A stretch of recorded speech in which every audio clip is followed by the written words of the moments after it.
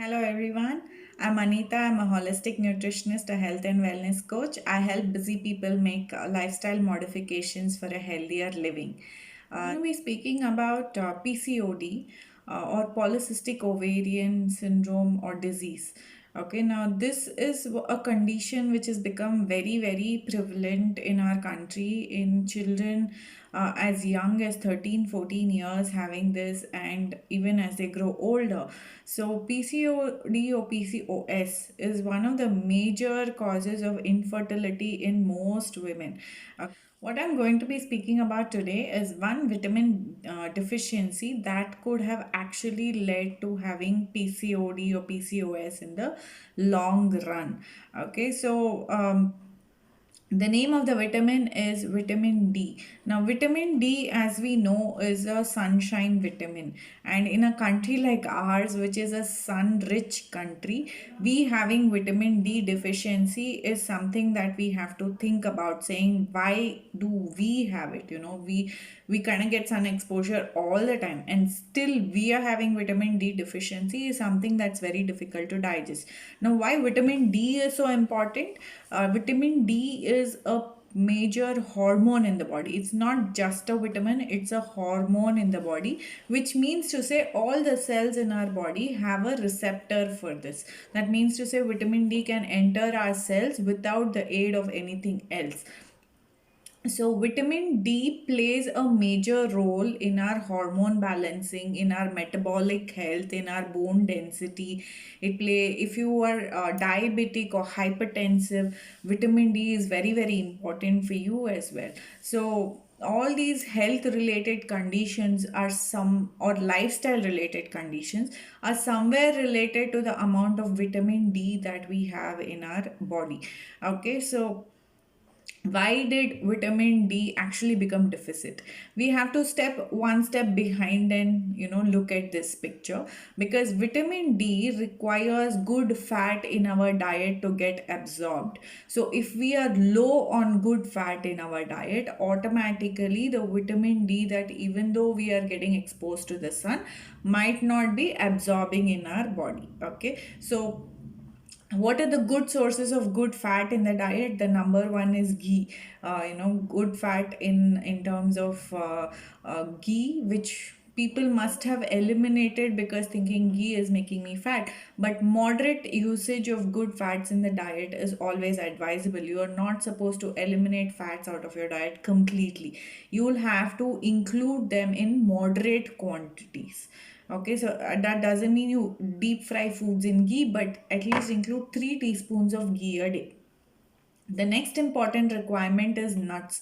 It comes from walnuts, Brazil nuts, apricots, figs, dates, pistas, all these cashew nuts, different kinds of nuts give us good fat into our diet. So, including good fats in the form of nuts on an everyday basis is important for us for the absorption of vitamin D. The next ingredient that comes to our mind without saying, is coconut oil or coconut based products like great scraped coconut, which goes into all our curries, or it can be the dry coconut, which you can eat it just like that.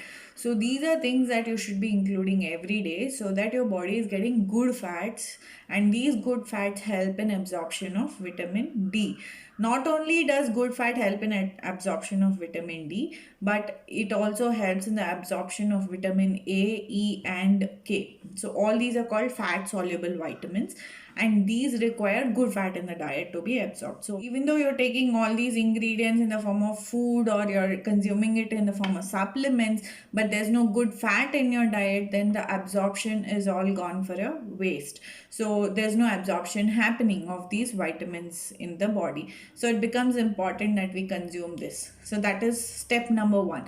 The step number two is vitamin D, being a hormone in itself, also helps regulate our metabolism in multiple ways. So if you see someone having a PCOD or a PCOS, the major concern is I am not able to lose weight, though I am doing a lot of things, like I'm eating a proper diet, I am exercising, or I'm over exercising in most cases, because they put themselves through the torture of over exercising, and then they feel that there is no change in the weighing scale, there's no change in the inches at all. Why is that happening?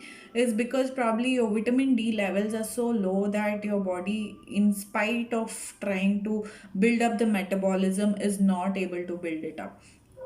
Or it can also be that because vitamin D is deficit in the body, your insulin resistance is there, and that is why your body is not able to cope with doing activities and giving you results out of that. So end of the day, vitamin D plays a major role for us. So in a sun rich country like ours, change the way you eat your good fats into your diet. Go out in the sun without any sunscreen at least 15 to 20 minutes in the day to get enough vitamin D. If you're highly deficit, then consult a doctor and get supplements for it, so that it can really help you in terms of building up your metabolic rate. Now, the one thing that all doctors would tell you is to lose weight. If you have PCOD, PCOS, you have to lose weight. But to lose weight, these are the precursors that you need, and eliminating them or going into multiple kind of fad diets, which actually eliminate nutrients out of your diet rather than including the nutrients that's required for you, is a wrong way to look at dealing with PCOD or PCOS. So I would suggest that you go in for a healthy pattern of eating, include these things into your diet, include local vegetables, fruits that are seasonally available to you, instead of eliminating things out of your diet. So diet is all about including nutrients required for our body, and not about starving ourselves. So all the best, and we'll come up with a new set of remedy tomorrow that can help you. And thank you so much. If you like what I share, if you like what I say, please like, share, and subscribe. Thank you so much.